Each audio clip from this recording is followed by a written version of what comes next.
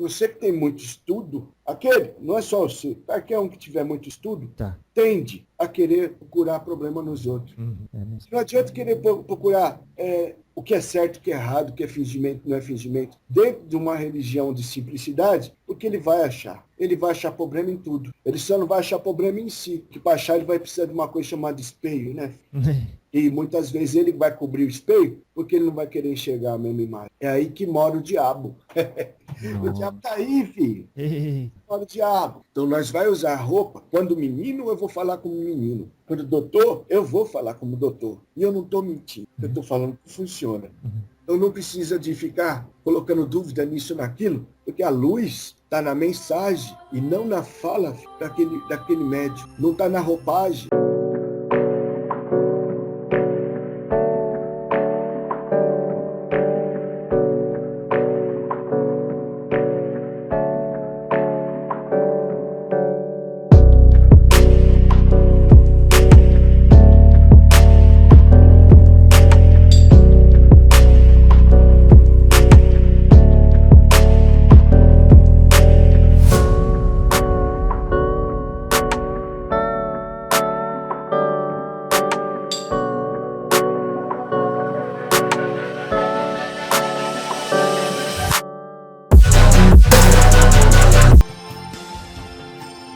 O cego da cabeça é o pior cego que o cego da visão. O cego da visão desenvolve um monte de outro conhecimento.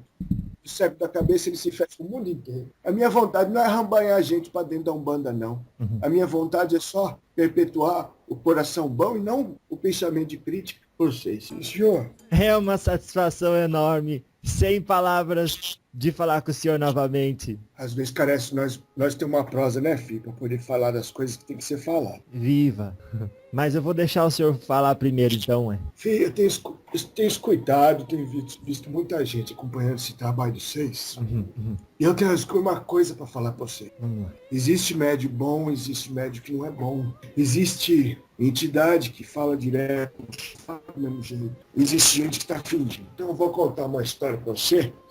Você vai entender. A senhora Dona Maria, que ela morava lá no sertão, e desde pequena ela começou a frequentar os terreiros. E ela via sempre os outros trabalhando com as entidades. E uma vez, falaram para ela assim, você está na hora de desenvolver, tem que receber espírito. E ela falou assim, eu não sei se eu tenho dom dessas coisas. E forçaram tanto, botaram para rodar tanto no meio daquela gira, ela começou a trabalhar lá, gente, né?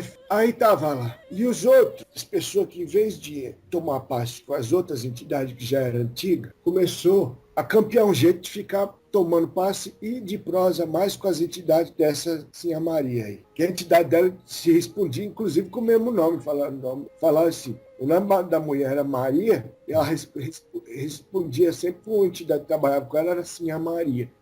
E dizia de tudo, filho. Dizia de cobreiro, que era uma beleza, de impinge, de bucho virado, tudo ruim da criança que vinha com um zóio gordo, até bicheira de gado, ela rezava e acontecia. E ela era uma mulher de muito pouca escrita, né? Ela trabalhava sempre com 3 gainhos, não quero ser gás só de arruda, podia ser gás até de mamona, qualquer coisinha, mas ela fazia questão, quando ela tivesse tambucando lá dentro, sempre tinha ser com aquele raminho. E muitos anos ela tambucou lá, e aquele terreiro que ela ia lá, ela deixou de tambucar, porque era tanta inveja, que ela parou de frequentar o terreiro. Ela começou a atender as pessoas em qualquer hora da casa dela. E as pessoas falavam assim, será que é ela ou será que é entidade?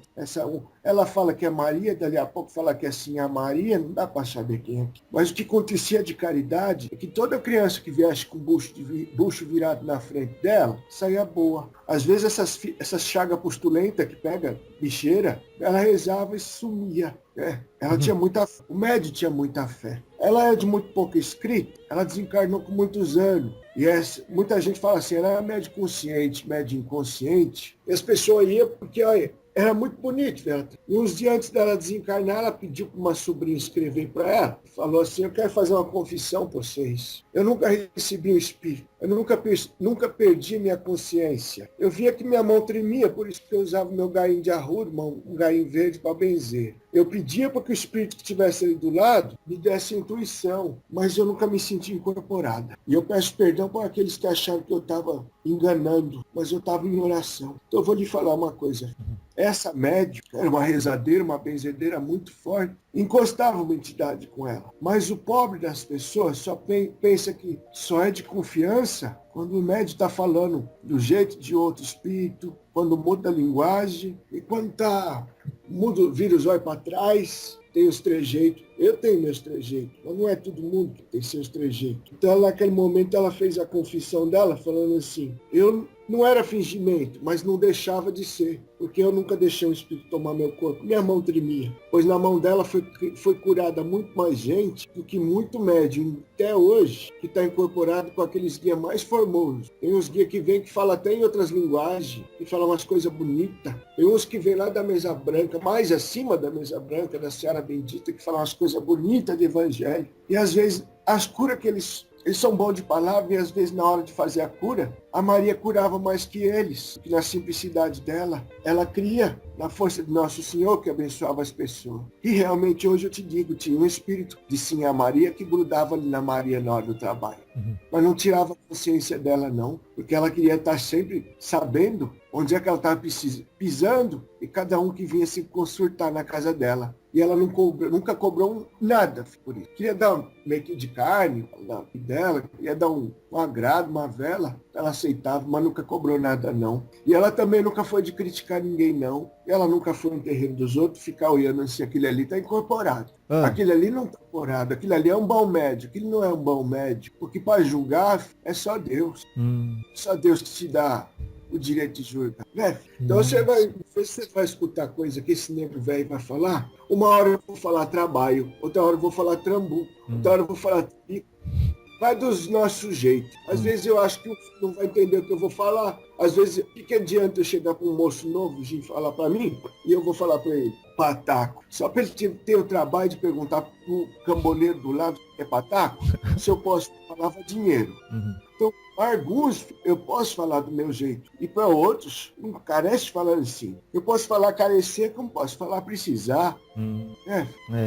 Eu tenho entendimento, mas na minha simplicidade eu gosto de largar o meu jeito, que é mais bonitinho. Eu gosto do jeito que eu falo com vocês, eu sei que isso planta uma alegria, mesmo nas coisas, que é pelo menos bonitinho. Eu sei que eu sei falar isso. É de jeito de falar com os negros velhos.